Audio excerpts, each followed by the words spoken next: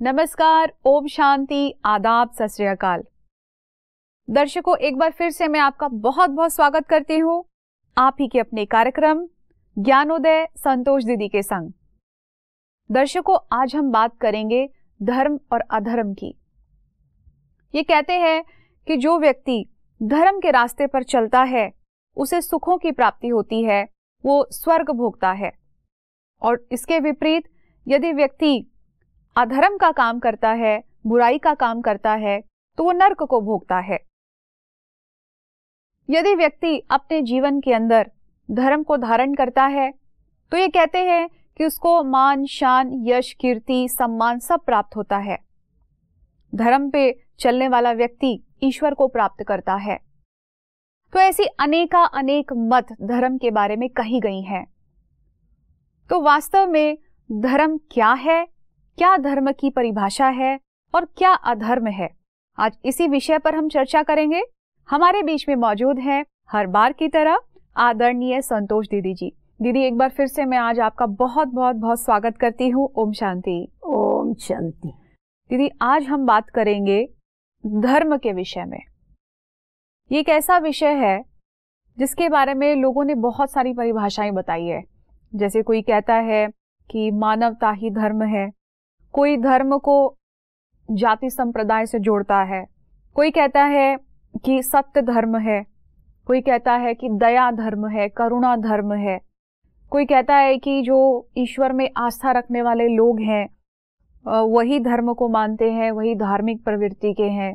और इसके विपरीत यदि कोई भगवान को, ईश्वर को नहीं मानता है, उसको हम अधर्मी बोल देते हैं या कह देते हैं कि ये कोई गलत काम करने वाला है, ये एक अधर्म किया है। तो पहले तो इतनी सारी परिभाषाएं धर्म के ऊपर लोगों ने बताई है कि धर्म ये चीज है, ये चीज है। तो एग्जैक्टली धर्म की व्याख्या क्या चीज है? धर्म का मतलब है धारणाएं जी। दिव्य गुणों की धारणाएं, उसको कहा जाता है धर्म। धर्म कोई जाति के ऊपर या देह के ऊपर आधारित नहीं है। वास्तविक हम सभी का जो धर्म है सर्व आत्माओं का, वो है शांति। इसीलिए ओम शांति कहा जाता है। मैं आत्मा शांत स्वरूप हूँ।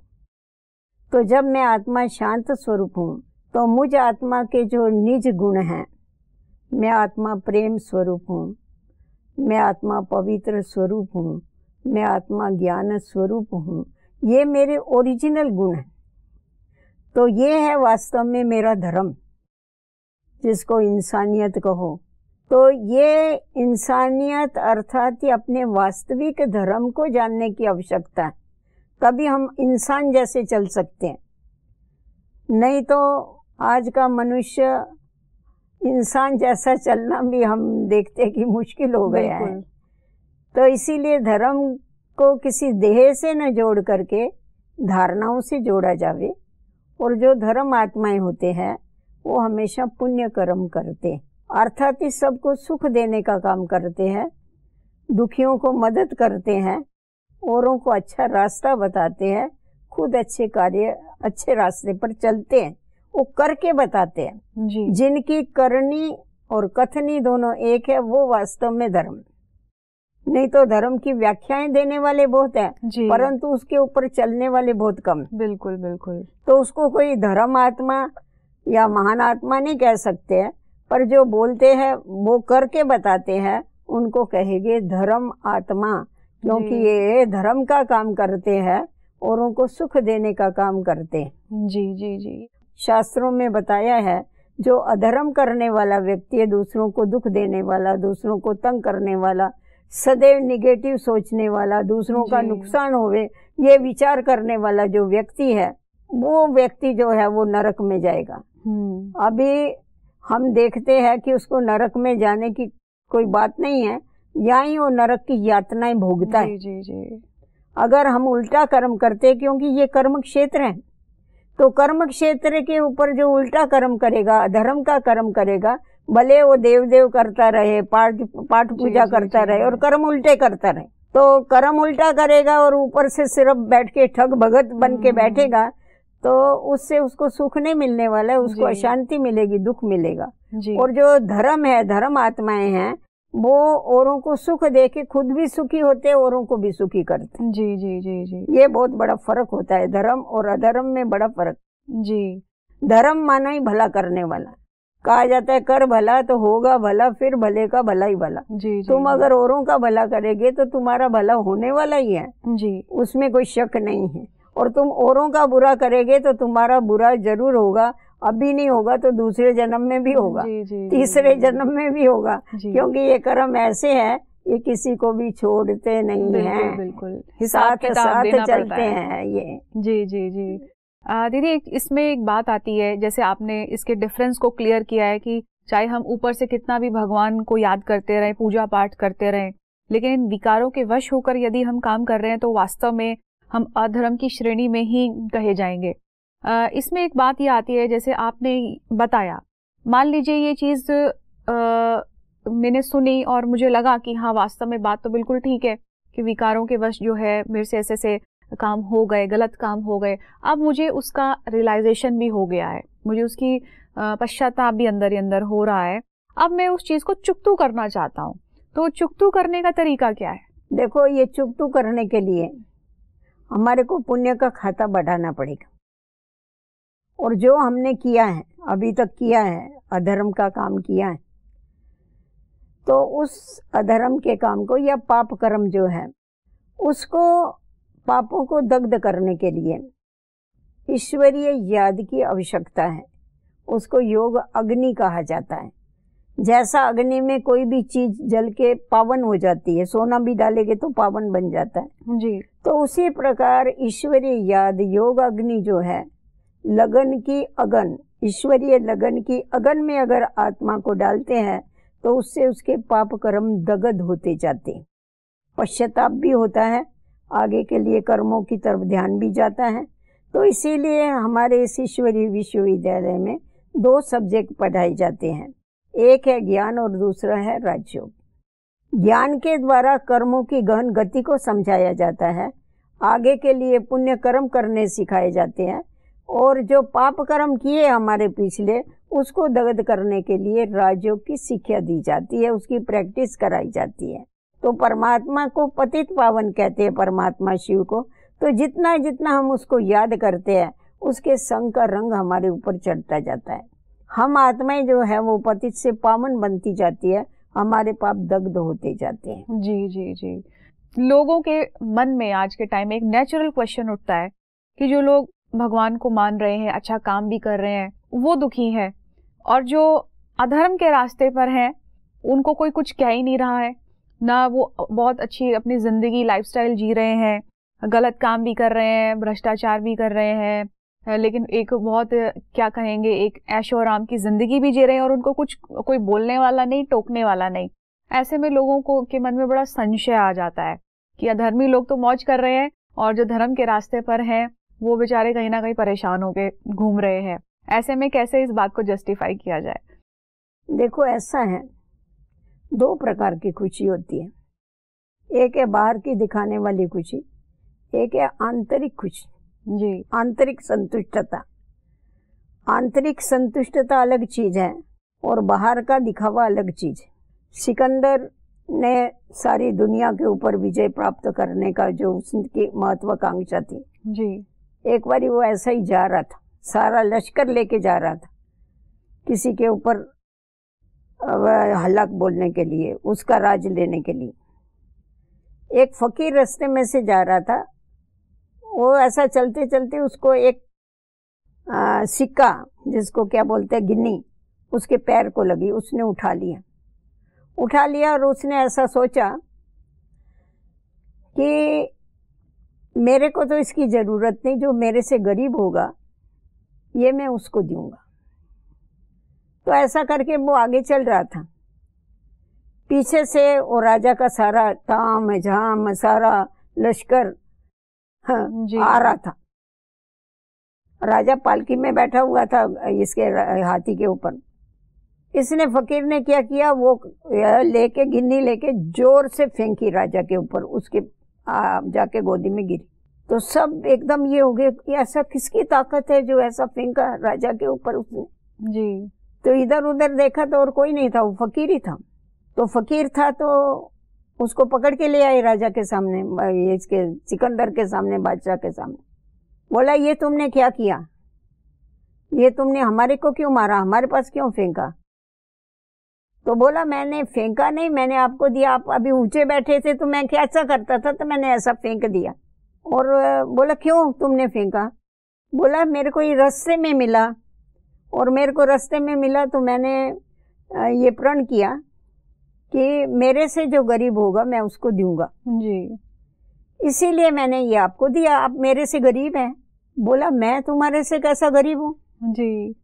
बोला आप मेरे से गरीब हैं, मैं तो सिर्फ 2 रोटी मांगता हूँ, आपके पास इतना सब कुछ हो के आप लोगों के ऊपर चढ़ाई करते तो कौन गरीब हुआ है, आप ये तो बताइए। बिल्कुल। तो आज के मनुष्यों की वो हालत है, ज्यादा बोलने की जरूरत नहीं है। बिल्कुल बिल्कुल, समझा। आज चारों तरफ भी हम देखते हैं अधर्म का बोलबाला, ये बोला जाता है कि आजकल चारों तरफ जो है अधर्म का राज्य चल रहा है।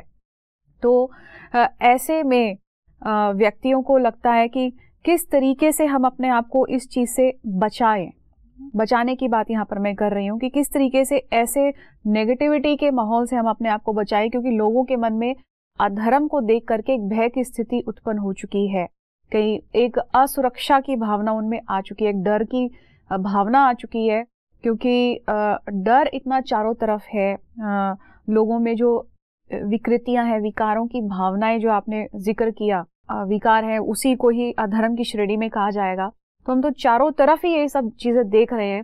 इस वजह से जो है धर्म की प्रवृत्ति वाले लोग थोड़े भयभीत हो गए हैं, उनको एक असुरक्षा की भावना आ चुकी है। तो ऐसे में वो अपने आप को कैसे इस चीज से निकाले, ये दुविधा की स्थिति से कैसे निकाले? देखो ऐसा है, हमेशा कहा जाता है जीवात्मा अपना ही मित्र और अपना ही शत्रु जी।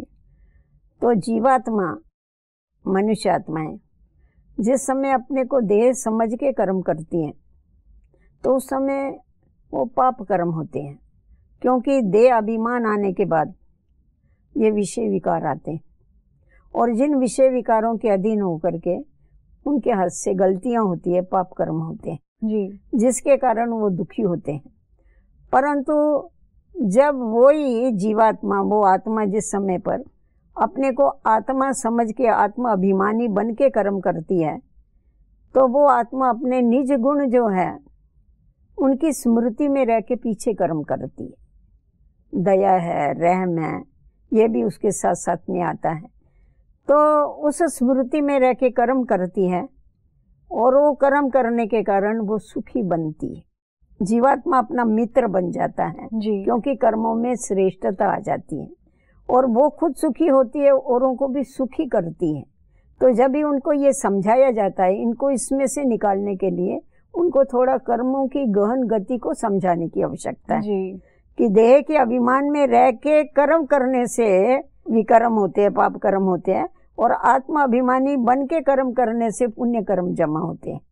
तो ये जैसा इनको कर्म फिलॉसफी समझ में आती है तो वो अपने को चेंज कर सकते हैं, जी जी जी, अपने जी। को उसमें से निकाल सकते हैं कि मुझे क्या करना है, दुनिया कुछ भी करने दो, कोई सुखी होवे या दुखी होवे, हम पहले खुद को तो सुधारे। जी जी, तो खुद जी, को जी। सुधारने के पीछे लग जाते हैं ऐसा। जी जी जी। इसमें एक ये चीज भी आती है कि जैसे मैंने ये जिक्र कर रही थी मैं कि आजकल का जो माहौल चल रहा है, मैंने कहा कि एक डर की स्थिति भी लोगों के मन में बहुत ज्यादा आ चुकी है, और उनको अपने चाहे व्यापार को लेकर के भय हो चुका है, एक ये भी भय हो चुका है कि हमने तो सारी जिंदगी अच्छे कर्म किए, हमने तो धर्म का रास्ता अपनाया, लेकिन फिर भी आज हमारे साथ ऐसा क्यों हो गया, हमारे नौकरी चली गई, परिवार में लोग छोड़ के चले गए, तो हमारे साथ ही ऐसा क्यों हुआ, और जबकि जो गलत गलत काम कर रहे हैं समाज के अंदर उनका कुछ नहीं बिगड़ा, वो आराम से अभी भी मौज मस्ती वाली लाइफस्टाइल जी रहे हैं। तो ऐसे में लोगों को जो है ईश्वर में भी संशय आना शुरू हो जाता है कि ईश्वर कुछ करता क्यों नहीं है, हमारे साथ इतना बुरा हो रहा है। एक ही बारी डंडा बताएगा, छोड़ेगा नहीं। जी जी जी, समझा जी। वो करेगा तो ये पाप का घड़ा तो भरेगा ना आखिर। जी जी जी। और अभी इस समय पर तो सब, चाहे शाहूकार है चाहे गरीब है, सब डिप्रेशन में है बेचारे, सब सोच रहे हैं, क्योंकि अभी वातावरण, ये कलयुग का अंत का समय है। तो इस अंत के समय पर तो कोई भी सुखी नहीं है, सब दुखी और अशांत है, सब टेंशन में। किसी को पैसा कमाने का टेंशन है, किसी को पैसा संभालने का टेंशन है। जी। संभालने वाले को ज्यादा टेंशन है, उनसे पूछो उनको नींद आती है सुख की, चैन की नींद आती है? बिल्कुल। तो इसीलिए आप देख करके हम ऐसा नहीं कह सकते ये सुखी है। मुंह के ऊपर घी लगा के घूमने से कुछ नहीं होता है। जी जी जी जी। ऐसे में हमें कर्म फिलॉसफी जो आपने बताई है वो ध्यान में रखने की जरूरत है कि जो जैसा करेगा वो वैसा ही पाएगा। मुझे धर्म से संबंधित गीता के बहुत प्रसिद्ध वाक्य याद आ रहे हैं कि जब जब धर्म की अति ग्लानि होती है तब तक मैं एक धर्म की स्थापना करने आता हूँ। तो ये किस धर्म की बात हो रही है? ये है आदि सनातन देवी देवता धर्म, दिव्य गुणों वाला धर्म, जो सतयुग और त्रेता युग में था। वहां पर देवी देवता वो भी है मनुष्य, परंतु वो दिव्य गुणों वाले हैं। उनके अंदर दिव्यता है, उनके अंदर पवित्रता है, उनके अंदर संतुष्टता है। तो ऐसे दिव्य गुणधारी वहां पर मनुष्य निवास करते हैं, इसीलिए उनको देवी देवताओं की भूमि कहा जाता है। और परमात्मा शिव का गायन ही किया जाता है, मनुष्य से देवता किए करत न लागी वार। वो मनुष्य को देवता बना देता है, देव आत्मा बना देता है, उनके अंदर वो दिव्यता ला देता है। तो वो जो दिव्यता वाला धर्म है, धर्म माना धारणा है, मैंने आपको बताया, वो दिव्यता वाला ये वाली जो धारणाएं हैं, ऐसे धर्म की ये बात है। हर एक कोई अपने को चेंज करके उस धर्म का बन सकता है, अर्थात धारणाएं कर सकता है। जी, इसका मतलब ये हुआ कि जो दिव्य गुणों की धारणा करेगा वो उस धर्म में जाएगा, और जो जिसे कहेंगे इसके विपरीत जो गुण है, अवगुण जिन्हें कहेंगे, बुराइयां भी जिन्हें कह सकते हैं, तो वो होंगे। ऐसे लोगों का क्या विनाश हो जाएगा फिर? वो तो विनाश तो सबको दिखाई पड़ रहा है ना। आप तो खुद ही बोल रहे, ज्योतिषी भी बोल रहे, फलाने बोल रहे, साइंटिस्ट बोल रहे, ये जो इतने सब कुछ बना के रखे इन्होंने, बॉम्ब्स वगैरह, ये वो, ये कोई शोकेस में रखने के लिए थोड़ी। बिल्कुल। आज प्रकृति भी इतना जो धमचक्कर मचाया हुआ है, क्या है, धरणी कंप हुआ, कितने कलश हो जाते। और आप देखो गीता में क्या महावाक्य है, हे अर्जुन, जब मैं इस सृष्टि पर आता हूँ तो मच्छरों सदृश सर्व आत्माओं को साथ में लेके जाता हूँ। आप खुद भी बोलते हैं कि अभी ये जो धरणी है, अभी ये जो दुनिया है, ये रहने के लायक नहीं है। मानते नहीं मानते? बिल्कुल। कोई भी मनुष्य मानेगा इस बात को कि अब ये रहने के लायक नहीं है। तो जब ये रहने के लायक नहीं होती है, तभी आके जो नई सृष्टि का रचयिता, सर्व आत्माओं का पिता है, वो आके सर्व आत्माओं को अपने साथ में लेकर के जाता है। जी, क्योंकि ये नाटक अभी पूरा हो रहा है, सबको लेके जाता है और नई सृष्टि की स्थापना करता है। और नई सृष्टि में, जिसको श्री कृष्णपुरी कहते हैं, राम राज्य भी कहते हैं उसको, तो ऐसे राज्य की वो स्थापना करता है जहाँ पर एक धर्म, एक राज और एक ही भाषा होती है। वहाँ पर कोई मतभेद नहीं होता है। शेर और बकरी एक घाट पर पानी पीते हैं, ये भारत का ही गायन।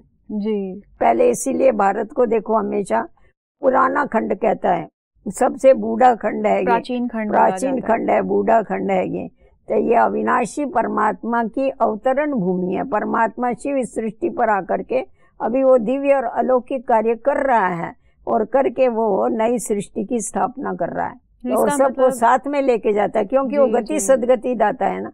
और कहते परमात्मा आकर के सबको ले जाता है, तो वो अभी ले जाने के लिए आया है। अभी हमें वहां जाने के लिए तैयारी करनी चाहिए। जी, अपने घर जाने के लिए, क्योंकि हम सब भी जहाँ परमात्मा रहता है, परम धाम जिसको कहते हैं, आकाश तत्व के पार छठा तत्व जिसको ब्रह्म लोक कहते हैं, वहाँ पर परमात्मा निवास करता है। कहते हैं ना, पार ब्रह्म परमेश्वर। तो जहाँ परमात्मा निवास करता है, हम सभी का भी वही निवास स्थान है।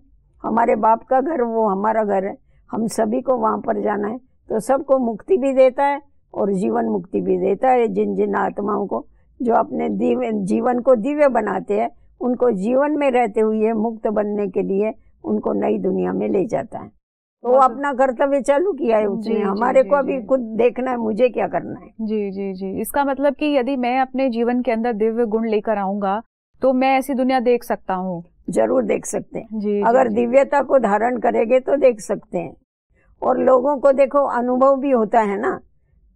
अभी जो जीवन चल रहा है, ये दुख और अशांति में लोगों को वो दिव्यता खींचती है, शांति खींचती है। उनकी आत्मा का स्वधर्म जानती है। आत्मा का धर्म सुख है, आत्मा का धर्म जो है वो शक्ति है। इच्छा होती है कि हम शांति की अनुभूति करें। जी। हमारे को सुख मिले, तो कौन सा सुख है? वो भौतिक सुख नहीं, वो अतीन्द्रिय सुख है, शरीर से न्यारा सुख, कर्म इंद्रियों से न्यारा सुख। तो ये जो सारी समझ है, ये ज्ञान के आधार पर हम इन बातों को समझ के अपने जीवन को परिवर्तन कर सकते हैं और उस दुनिया में जाने के लिए लायक बन सकते हैं। उसके लिए हमें अपने जीवन को संपूर्ण निर्विकारी बनाना पड़ेगा।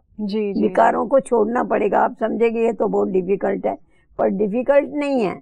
आज मनुष्य में शक्ति नहीं है, जितना जितना ईश्वरीय याद में रहते उतनी उतनी हमारे अंदर शक्ति आती है और उस शक्ति के आधार पर हम इन विषय विकारों के ऊपर विजय प्राप्त करते हैं। विषय विकार जो है वो परमात्मा नहीं छुड़ाता है, हमें छोड़ने पड़ते हैं जी। हमें उसके लिए पुरुषार्थ करना पड़ता है। हम विषय विकारों में गिरते रहे और परमात्मा को कहे तुम छुड़ाओ, ऐसा नहीं हो सकता है। वो हमें रास्ता बताता है छुड़ाने का, बाकी छोड़ना हमें है जी। क्योंकि पकड़ा भी हमें तो छोड़ना भी हमें। एक लाइन भी मुझे याद आ गई, ये कहते हैं कि धरत परिये पर धर्म ना छोड़िए। तो ये शायद मुझे लगता है कि इस बात से भी लिंक्ड है ये बात। धरत पड़ी है धर्म न छोड़ी, माने मरना भी पड़े तो भी अपना जो धर्म है, स्वधर्म है शांति का, उसको तुम नहीं छोड़ो। अपनी जो धारणा है वो कभी भी नहीं छोड़ो, उसमें हमेशा पक्के रहो। तो जब हम इतना पक्के रहते हैं, अरे मरना भी पड़े तो भी मेरे को क्रोध नहीं करना जी, मेरे को विषय विकार में नहीं जाना है।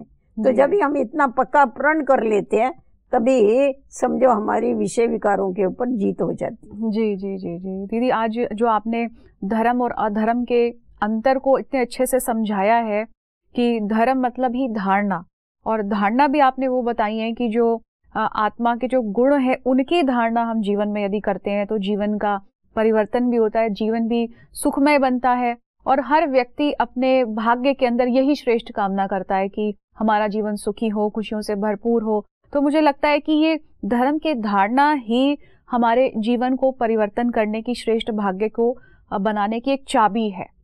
तो दीदी, आज आपने गहराई से इस विषय को हम सभी को समझाया है, इतनी सारी बातें आपने बताई हैं, इसके लिए मैं तहे दिल से आपका बहुत बहुत शुक्रिया अदा करती हूँ। ओम शांति। ओम शांति। तो दर्शकों, आज हमने धर्म के विषय में एक गहन चर्चा की है और दीदी जी ने हमको ये बताया है कि धर्म वास्तव में धारणा, और धारणा किस चीज की? दिव्य गुणों की, आत्मा के निजी गुण की, जैसे पवित्रता, सुख, शांति। और इन गुणों की धारणा यदि हम जीवन में करते हैं तो हम अपने जीवन को उज्जवल और सुखमय बना सकते हैं। और इसके विपरीत यदि परमात्मा का हम कितना भी ध्यान करते रहें, चाहे कितनी भी पूजा पाठ करते रहें, लेकिन विकारों के वश होकर के यदि हम कर्म कर रहे हैं तो वास्तव में ये अधर्म है। और इस चीज से हम विचलित ना हो कि चारों तरफ अधर्म का बोलबाला है, जो अधर्मी लोग हैं उनका कुछ नहीं बिगड़ रहा, वो आराम से जी रहे हैं, और जो धर्म के रास्ते पर चलने वाले लोग हैं वो दुखी हो रहे हैं, परेशान हो रहे हैं। लेकिन ये अवधारणा हमें अपने मन से निकालनी होगी, क्योंकि वक्त का पहिया जब घूमता है तो अच्छे अच्छों को सीधा कर देता है। इसलिए कर्मों की गहन गति का ज्ञान भी हम अपने सामने रखें। तो आज का एपिसोड हम यही समाप्त करते हैं। हम फिर से मिलेंगे एक अन्य विषय को लेकर के। तब तक के लिए दीजिए इजाजत। नमस्कार। ओम शांति।